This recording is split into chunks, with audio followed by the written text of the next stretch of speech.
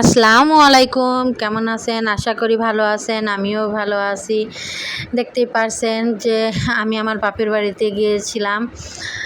সেখানে অনেক দিন আমি কাটিয়েছি, আপনারা দেখছিলেন। যাই হোক, এখন কাজের কথা বলা হোক, আমার মায়ের একটা গাছ অনেক মরিচ ধরেছিল। আমি মরিচ উঠাচ্ছিলাম।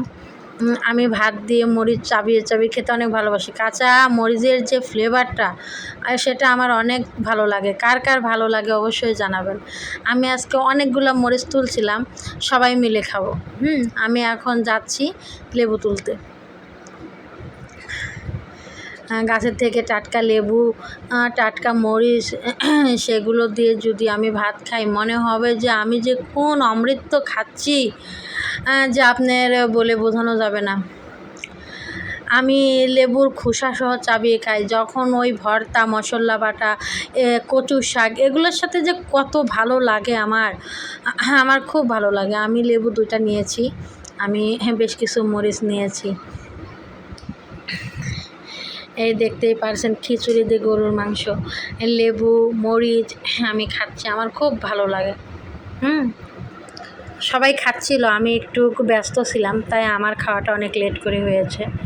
যাই হোক, আমার মেয়েকে দেখতে পারছেন আয়নার সামনে একটা লাল ড্রেস পরে কত সুন্দর অভিনয় করছে, আর এদিক দিয়ে আমি খাচ্ছিলাম।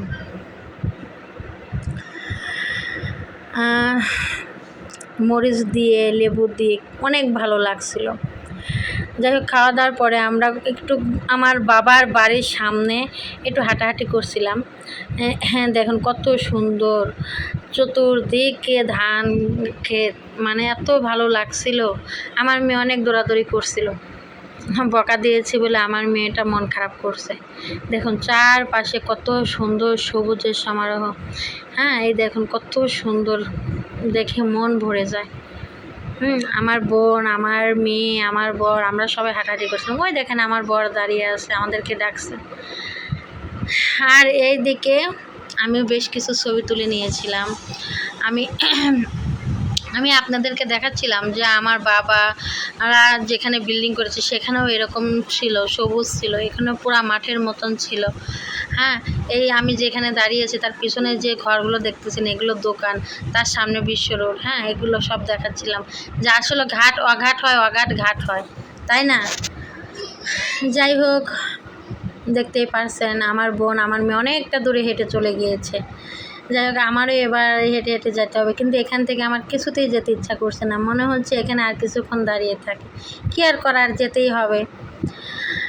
দেখুন ধান ক্ষেতের পরে আমরা মাঠ হাঁটছি আর ঘুরে বেড়াচ্ছি, দেখতেছি। এগুলোও একটা সময় এরকম ধান গম এগুলো বোনা হতো, কিন্তু এগুলো এখন এরকম প্লট করে করে বিক্রি করে দিচ্ছে। এই যে সামনে যে বিল্ডিংগুলো আপনারা তখন দেখেছিলেন, সেই বিল্ডিংগুলো এরকম মাটির মতন ছিল, সেগুলো এরকম প্লট করে করে বিক্রি করেছে। এগুলো সেরকম বিক্রি করছে।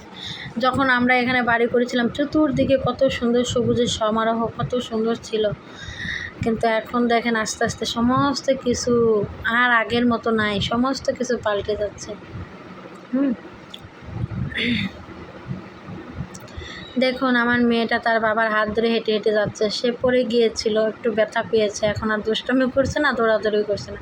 কিন্তু কতক্ষণ বাবার হাত ধরে থাকবে? এই 5-10 মিনিট আবার দুষ্টামি করবে। এই যে দেখুন কত সুন্দর করে পোজ নিয়ে বসেছে, ছবি তুলছে। এর সামনে একটা ছোট্ট পুকুর ছিল, সেখানে নৌকা ছিল, সে নৌকাটা মাঠে উঠায় রাখছে, সেখানে বসে কত সুন্দর পোস্ট নিচ্ছিল। আর ওইখানে আমার বর দেখাচ্ছিল তোমরা কি ভিডিও বানাও, এরকম ভিডিও বানাতে হবে, যেরকম কারেন্টের তার ধরবো আর এরকম করে কাঁপবো, এরকম বলে বলে আমাদেরকে হাসাচ্ছিল। আমার মেয়েও সেখানে যে অনেক স্টাইল করছিল তার বাবার মতো।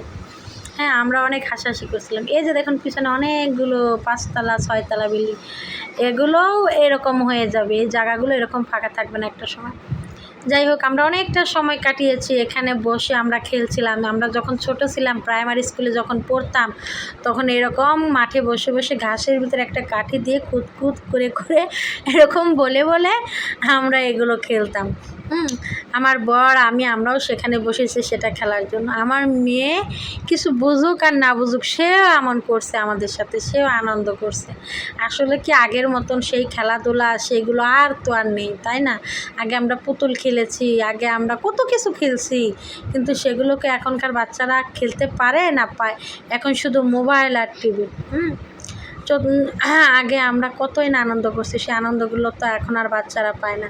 দেখুন আমার মেয়েটা কি দুষ্টামো করছে, আমি বললাম না যে 5-10 মিনিট চুপচাপ থাকবে, আবার সে দুষ্টামো শুরু হয়ে যাবে। দেখুন যাই হোক, বাচ্চারাই তো দুষ্টামি করবে, তাই না? খোলামেলা ফাঁকা জায়গা পেয়েছে, দুষ্টামি করবে না কি করবে, তাই না? দেখুন সারা মাঠ নেচে নেচে বেড়াচ্ছে আমার মেয়েটা, দেখে ভালো লাগছে যে সে অনেক এনজয় করছে, অনেক আনন্দ করছে, তার অনেক ভালো লাগছে। আমার ছেলেটাকে বলছিলাম চলো একটু হাঁটাহাঁটি করে আসি, ভালো লাগবে, কিন্তু সে আসলো না। সে ওই যে বললাম যে মোবাইল, তার নানার সাথে সে গেমস খেলছে, সেজন্য সে আসলো না। কিন্তু যখন আমরা আনন্দ করে যখন বাড়ি যাচ্ছিলাম, বাড়িতে যেয়ে যখন বলছিলাম আমরা অনেক আনন্দ করেছি, সেটা শুনে তার মন খারাপ হয়েছে। এখন সেও আসবে, এখন কি করে সম্ভব তাকে নিয়ে কোথাও যাওয়া? তাই কি করার, আমরা মাগরিবের নামাজ পড়ে আবার তাদেরকে রেডি করে আবার আমাদের বাসার সামনে কিছুটা দূরেই রেল স্টেশন, সেখানে বেড়াইতে নিয়ে গেছি। দেখতেই পারছেন আমার ছেলে, আমার মেয়ে, আমার বর সবাই সেখানে আনন্দ করছি। মাগরিবের নামাজের পরপরই আমরা সবাই আবার বেড়াতে গেছি সেখানে, তারা সেখানে অনেক এনজয় করছে। দেখতেই পারছেন রেল স্টেশন অনেক মানুষ, তারাও ওখানে আনন্দ করছে। দেখুন আমার ছেলে মেয়ে কত এনজয় করছে সেখানে। যাই হোক, ছেলের মনটা খারাপ ছিল, আমার ছেলের মনটাও ভালো হয়ে গেল, আপনারা দেখতেই পারছেন।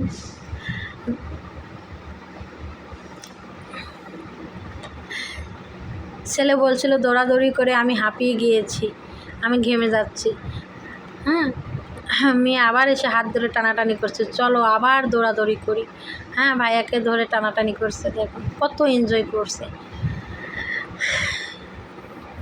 যাই হোক, আপনারা সব সময় আমার ভিডিওটা দেখবেন, কেমন হয়েছে জানাবেন। আজ তাহলে এই পর্যন্তই, আল্লাহ হাফেজ।